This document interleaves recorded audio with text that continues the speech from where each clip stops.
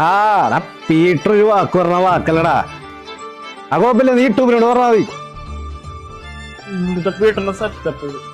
അതെ, ഇവിടെ പെരുന്നാളുടെ ലൈറ്റ് ഒക്കെ കയറിട്ടാ. അതായത് 50 വരാറായി. നീ പെട്ടെന്ന് പോയോ?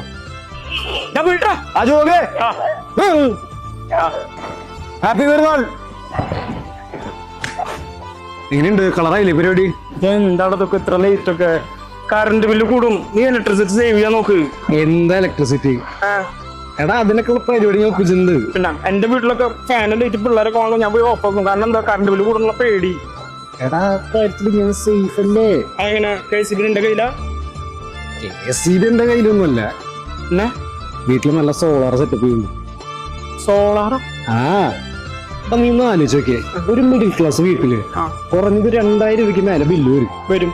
ആ ഈ സോളാർ വെച്ച് കഴിഞ്ഞാണ്ടല്ല കൂടി എന്നാ 100-200 അത്രേ വരുള്ളൂ. പക്ഷെ ഇതിനൊക്കെ നല്ല പൈസ ആവില്ലേ? അതിനൊക്കെ ഗവൺമെന്റ് സബ്സിഡി കിട്ടുക, ലോണും കിട്ടില്ലേ, പിന്നെ ഈസി അല്ലേ. പിന്നെ നീ ലൈറ്റ് ഇട്, ഫാൻ ഇട്, AC വെക്കണം, അതും വെച്ചോ. എനിക്കൊന്ന് സെറ്റാക്കി തന്നു. നീയേ ഇതിപ്പോ തന്നെ നമ്പർ എടുത്തോ. Green falcon technologies. അവരാകുമ്പോ 5 വർഷത്തെ എക്സ്പീരിയൻസ് ഉണ്ട്. ഒരാണ്ട് 10,000 ഇൻസ്റ്റാൾമെന്റ്സ് അവർ ചെയ്തിട്ടുണ്ട്. ആ 19 സ്റ്റാഫ് ഉണ്ടടാ. 5 വർഷത്തെ AMC ഉണ്ട്. വിളിക്കില്ലെങ്കിൽ നമ്പർ എടുക്ക്. ഞാൻ വിളിച്ചേക്കാം. എനിക്ക് വീട്ടിൽ പോണം. അതെ, നല്ല കുരുമുളക് ഇട്ട പോർക്കും നല്ല കള്ളപ്പുണ്ട്. അമ്മച്ചേക്ക് ഏതാടാ കഴിച്ചിട്ട് വേണ്ട, വീട്ടിൽ പോണം. അവിടെ പിള്ളേര് ഫാനിലായിട്ട് പോണെങ്കിലോ ഓഫീസിലല്ലേ കറണ്ട് ബില്ല് കൂടാ.